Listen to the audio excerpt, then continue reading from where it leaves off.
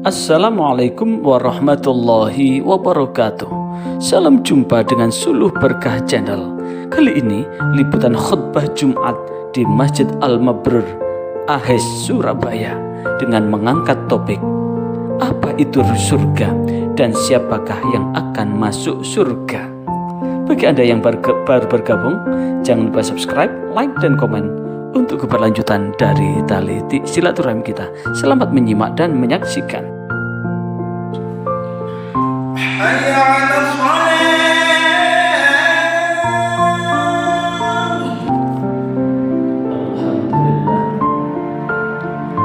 Alhamdulillah nahmaduhu wa nasta'inuhu wa nastaghfiruh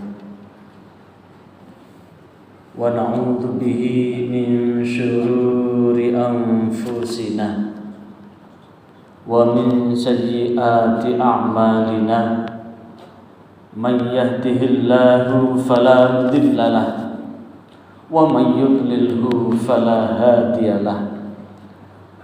Asyhadu an la ilaha illallah wahdahu la syarika lahu wa asyhadu anna Muhammadan abduhu wa rasuluh. Allahumma salli wa sallim wa barik ala sayyidina Muhammad wa ala alihi wa ashabihi man irtada. Amma ba'd, fa ya ibadallah, usikum wa iyaya bitaqwallah, faqad fazal muttaqun. Faqala Allah Ta'ala fi kitabihil karim, a'udzu billahi minasyaitonir rajim. Bismillahirrahmanirrahim. Qul in kuntum tuhibbunallaha fattabi'uni yuhibbukumullah. Fattabi'uni yuhibbukumullah wa yaghfir lakum dzunubakum. Wallahu ghafurur rahim. Ma'asyiral muslimin wa zumratal mu'minin rahimakumullah. Mari dalam waktu yang teramat singkat ini kita tak henti-hentinya untuk tetap senantiasa berwasiat dan mewasiatkan buat diri kita masing-masing. Wasiat tentang pentingnya menjaga dan meningkatkan ketakwaan kita kepada Allah, kepatuhan untuk melaksanakan apapun yang telah menjadi perintah Allah dan meninggalkan apapun yang telah menjadi larangan Allah. Sehingga dengan ketakwaan ini mudah-mudahan Allah senantiasa berkenan membentangkan jaminan keselamatan buat hidup dan kehidupan kita baik di dunia maupun di akhirat. Ma'asyiral muslimin wa zumratal mu'minin rahimakumullah. Kehidupan yang kita jalani di dunia ini teramat singkat, sehingga jika dibandingkan bahwa kehidupan kita di dunia ini dibandingkan dengan kehidupan kita di akhirat maupun kehidupan kita di alam barzakh, maka bandingannya satu hari di alam akhirat, satu hari di alam barzakh itu adalah sama dengan 1000 tahun kita ada di dunia ini. Karena itulah kehidupan yang telah berlanjut, bahwa kehidupan kita bukan hanya di dunia tapi juga berlanjut ke alam barzakh dan alam akhirat. Maka di sana ada namanya surga dan neraka. Pertanyaannya yang sekaligus menjadi judul khutbah ini adalah apa itu surga dan siapa yang akan masuk surga. Ma'asyiral muslimin wa zumratal mu'minin rahimakumullah. Surga adalah tempat yang sangat menyenangkan. Bahasa Arabnya surga adalah al-jannah. Al-jannah itu ada dua makna. Yang pertama adalah surga itu sendiri, yang kedua adalah taman. Dan kenapa surga itu disebut dengan taman? Karena surga itu adalah tempat yang menyenangkan, yang di situ keseluruhannya Allah sediakan seluruhnya buat orang-orang yang masuk surga. Seluruh keinginan dan harapan Allah penuhkan di surga sana. Sebaliknya, neraka adalah tempat penderitaan bagi manusia. Maka siapa saja yang akan masuk surga itu? Berbicara tentang surga, Rasulullah Shallallahu Alaihi Wasallam, sebagaimana hadis yang diriwayatkan oleh Imam Bukhari di dalam Sahih Bukhari, hadis ini adalah hadis nomor 6737. An Abi Hurairah radhiyallahu an, diceritakan dari sahabat Abu Hurairah radhiyallahu an, anna Rasulullah sallallahu alaihi wasallam, bahwasanya Rasulullah sallallahu alaihi wasallam qala, bersabda, kullu ummati yadkhulunal jannah, seluruh umatku akan masuk surga, illa man aba, kecuali mereka yang enggan masuk surga. Ketika sahabat-sahabat disampaikan bahwa seluruh umatku ini akan masuk surga kecuali yang enggan, maka sahabat-sahabat bertanya, qalu, sahabat bertanya, ya Rasulullah, wahai utusan Allah, wa may ya'ba, siapakah orang yang enggan itu? Maka kemudian qala, Rasulullah menjawab, man ata'ani dakhalal jannah, siapa yang taat kepadaku maka dia masuk surga. Wa man asani, siapa yang mendurhakaiku, faqad aba, maka sungguh dia orang yang enggan. Ma'asyiral muslimin wa zumratal mu'minin rahimakumullah. Hubungan hadis ini jika dihubungkan dengan Al-Quran, surah Ali Imran ayat 31. Sekali lagi, surah Ali Imran ayat 31. A'udzu billahi minasyaitonir rajim. Qul in kuntum tuhibbunallaha fattabi'uni yuhibbukumullah. Fattabi'uni yuhibbukumullah wa yaghfir lakum dzunubakum. Wallahu ghafurur rahim.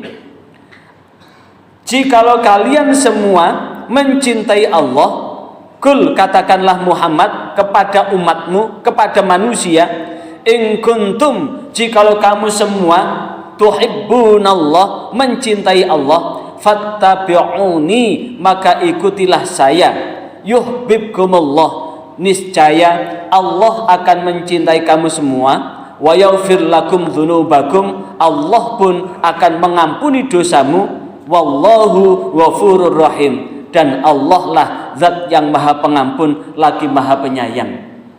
Asbabun nuzul ayat ini adalah, satu, ketika Rasulullah ada di sekitar Masjidil Haram, yang kemudian orang-orang musyrikin Quraisy mengatakan bahwa kami semua ini mencintai Allah.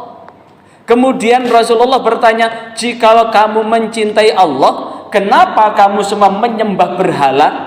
Maka orang musyrikin Quraisy menjawab, kami menyembah berhala hanya untuk menjadi wasilah mendekatkan diri kami kepada Allah sedekat-dekatnya. Jadi alasan orang musyrikin Quraisy, orang kafir Quraisy menyembah berhala itu adalah ingin mendekatkan diri kepada Allah melalui berhala-berhala itu.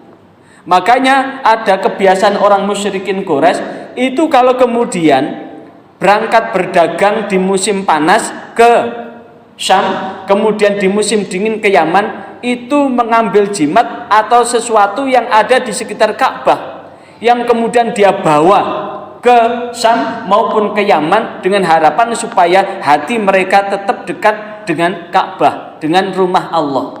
Tapi ini adalah salah. Maka turunlah ayat ini, in kuntum tuhibbunallaha, jikalau kamu mencintai Allah, fattabi'uni, maka ikutilah saya. Artinya ikutilah apa yang diajarkan oleh Rasulullah Muhammad SAW.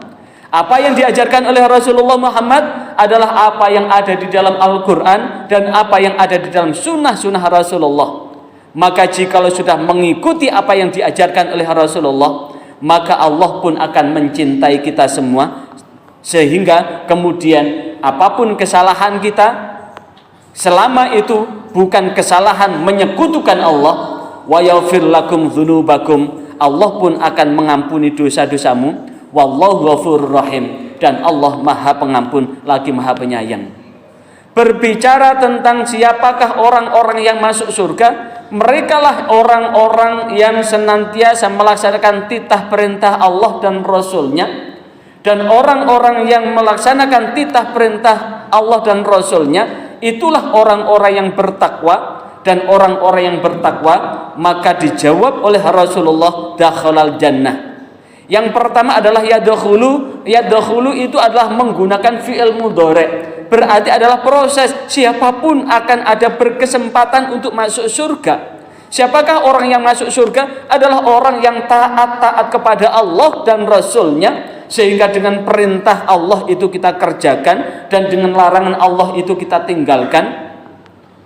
Dan merekalah yang kemudian akan Allah takdirkan masuk surga. Sebaliknya, siapa yang meninggalkan perintah Allah dan mengerjakan larangan Allah, merekalah orang yang durhaka kepada Allah dan Rasul-Nya. Dialah orang yang enggan. Ma'asyiral muslimin wa zumratal mu'minin rahimakumullah. Yang sesungguhnya segala perintah dan larangan Allah itu seluruhnya akan kembali kepada kita semua. Di dalam Al-Quran surah Al-Dzariyat, Allah menegaskan bahwa sesungguhnya Allah tidak akan menciptakan jin dan manusia, wa ma khalaqtul jinna wal insa illa liya'budun. Allah tidak akan menciptakan jin dan manusia kecuali jin dan manusia itu mengabdikan dirinya kepada Allah. Tapi sekali lagi, bukan berarti ketika kita menyembah Allah, melaksanakan perintah Allah itu kembali kepada Allah. Tapi ternyata Allah jawab di ayat berikutnya, ayat 57, ma uridu minhum rizqin wa ma uridu ayyut'imun. Allah tidak butuh jin dan manusia itu memberi rezeki. Allah pun tidak butuh jin dan manusia itu memberi makan atau memberi sajen. Dan disinilah sesungguhnya jikalau kita kembalikan diri, kita bermuhasabah, seluruh perintah Allah jikalau kita kerjakan akan kembali pada diri kita, dan seluruh larangan Allah akan kembali pada diri kita jikalau kita jauhi. Satu contoh, Allah menegaskan innamal khamru wal maisiru wal ansabu wal azlamu rijsun min amali syaitan. Sesungguhnya khamr, judi, menyembah berhala, mengundi nasib adalah perbuatan keji, termasuk perbuatan setan. Maka jauhilah. Allah hanya memerintahkan jauhilah. Kita ambil satu saja, judi.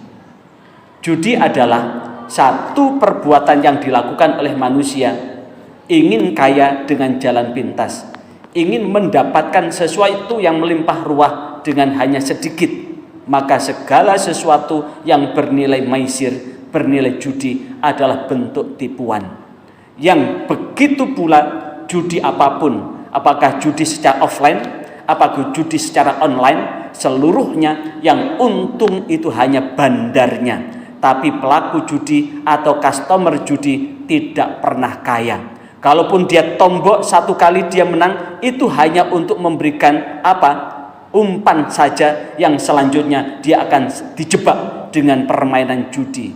Bisnis apapun kalau menjanjikan untung yang di luar nalar, maka tentu itu akan terkandung tipuan. Seluruh judi itu adalah tipuan, dan seluruh tipuan adalah termasuk perbuatan setan. Pendek kata, seluruh apa yang Allah perintahkan jikalau kita kerjakan, maka hasilnya kita akan tetap bahagia selama dunia akhirat. Begitu pula seluruh larangan kita tinggalkan, maka hasilnya kita pun akan selamat dunia hingga akhirat. Maka mudah-mudahan dengan khutbah ini Allah membimbing kita di jalan yang benar, jalan yang Allah ridhai, hingga kita semua jamaah Masjid Al-Mabrur ini betul-betul mabrur hidupnya dengan akhir yang husnul khotimah, yang dijamin dengan surga baik di dunia maupun di akhirat. A'udzubillahi minasyaitonir rajim.